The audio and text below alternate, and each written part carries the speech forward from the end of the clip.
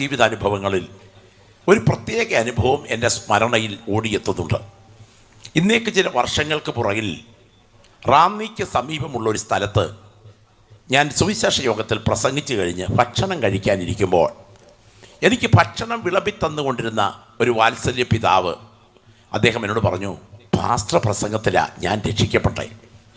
ഞാൻ ചോദിച്ച അനുഭവം ഒന്ന് പറയാമോ?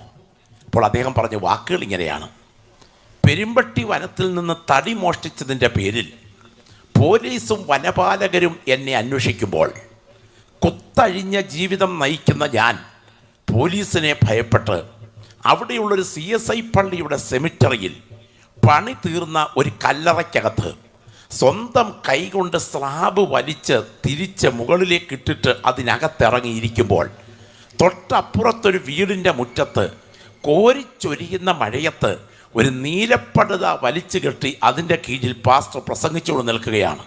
അന്ന് രാത്രിയിൽ ആ കുഴിക്കകത്ത് മുട്ടുമടക്കി ഞാൻ യേശുവിനെ ജീവിതത്തിൻ്റെ കർത്താവായി ഏറ്റുവാങ്ങി. അധികം താമസിക്കാതെ എൻ്റെ നിയമത്തിൻ്റെ കുരുക്കുകളുടെ മേൽ ദൈവം ഇടപെട്ടു. സ്വർഗം ഞങ്ങളുടെ കുടുംബത്തെ സ്വതന്ത്രമാക്കി. ഇന്ന് ഈ സ്ഥലം സഭയിൽ വർഷങ്ങളായി ഞാൻ ദൈവത്തെ ആത്മാവിൽ ആരാധിക്കുന്നു.